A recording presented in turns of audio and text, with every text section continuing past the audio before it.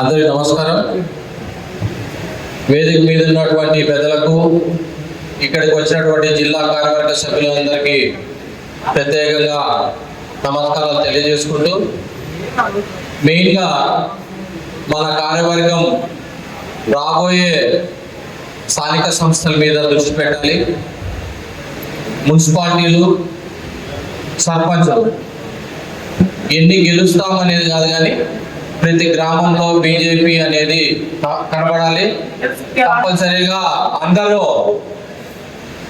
మనము కాంగ్రెస్ అది తెలుగుదేశం పార్టీని నమ్ముకుంటే మన పుట్టగతులు ఉండవు.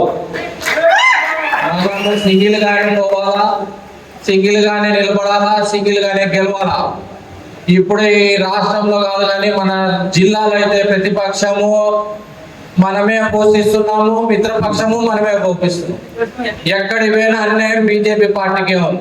ఎక్కడికి పోయినా ఏమన్నా పని జరగాలని అడ్డం వేస్తున్నటువంటి వాళ్ళు ఎవరంటే కూటమిలో ఉన్నటువంటి పెద్దలు మాత్రం.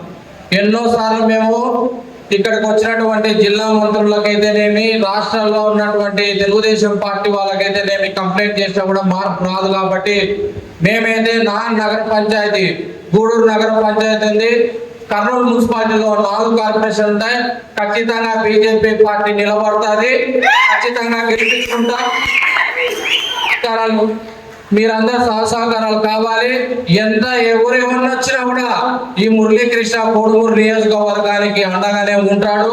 ఎటువంటి పరిస్థితుల్లో తగ్గేదే లేదు, ఎవరికి భయపడేదే లేదు. ఖచ్చితంగా బీజేపీ జెండా ఎగరేస్తుందని చెప్పి సభాముఖంగా తెలియజేసుకుంటూ ఈ అవకాశం ఇచ్చినటువంటి పెద్దలందరికీ నమస్కారాలు తెలుపుకుంటూ సెలవు తీసుకుంటున్నాం.